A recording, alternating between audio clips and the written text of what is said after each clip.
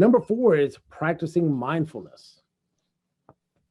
Sure. So mindfulness, just being aware. I think that's really the key. Being aware of who you are, where you are, who you're with, and being aware so that you can put your best foot forward. Sometimes we're in a situation where someone says something or does something, and like we mentioned a moment ago, we could react, and it might not be the best way to react, or we can just kind of hold on to whatever it is that has happened and process it. So have some mindfulness about what is going on around us, and at the same time, be able to choose the best way to respond.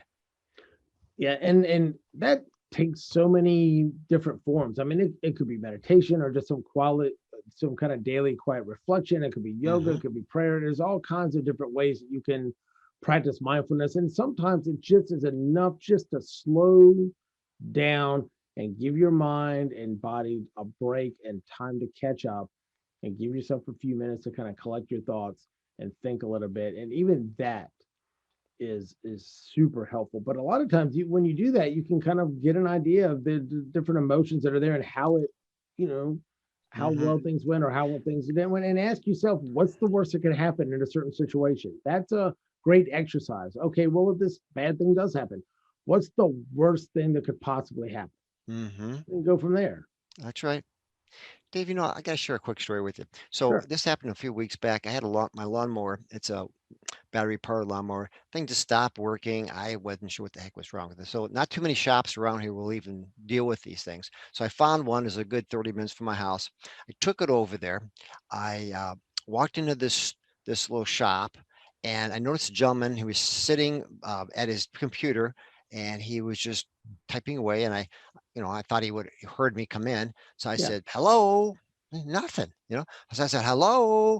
And I kind of walked around so he could see me. And as he turned, I, I guess I might have startled him. I'm not sure. At the time, I wasn't sure. So what happens? He gets up and he was kind of like kind of short with me. He wasn't very friendly. And here I thinking, I'm bringing this lawnmower to him, and do I trust this guy because he's treating me like this? I mean, is this any kind of way to service a customer? So Right. anyhow, the conversation was kind of curt. He walked out to the vehicle with me, and we unloaded the lawnmower, and he took it back in there, and he was kind of short with me even still. So I said, okay, fine. I said, well, how long is it going to be before I hear from you?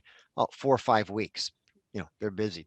So 4 or 5 weeks later, he does call me back, tells me about the issue that needs to be addressed. I said, fine, go ahead, take care of it. So I go back the next day because it was finished now. I go back in to get it. Now he's not there.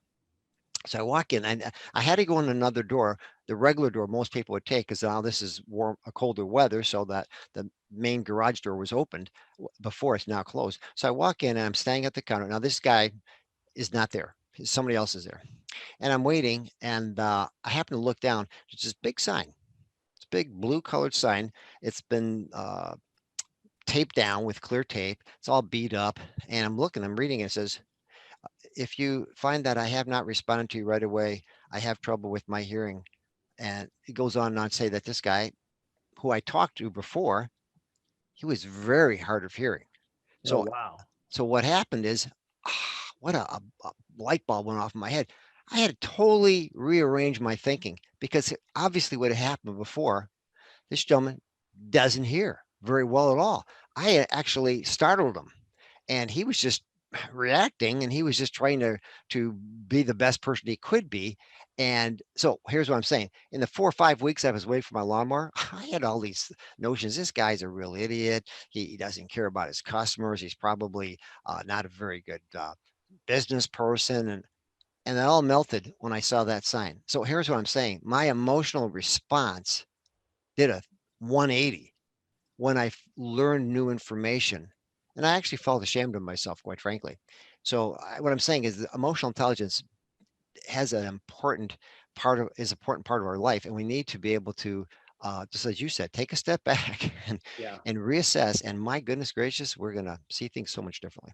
Yeah, and sometimes just having that empathy and just say, well, they may be having a bad day. Well, I don't Mm, know what their situation is. mm-hmm, Goes a long way. So, three mm-hmm, questions to ask mm-hmm. as far as practicing mindfulness: what emotions am I feeling? What caused these emotions? Yes, And what's the worst that can happen? Answer yes, that. So, what emotions am I feeling? What caused them? And then what's the worst thing that can happen? yes.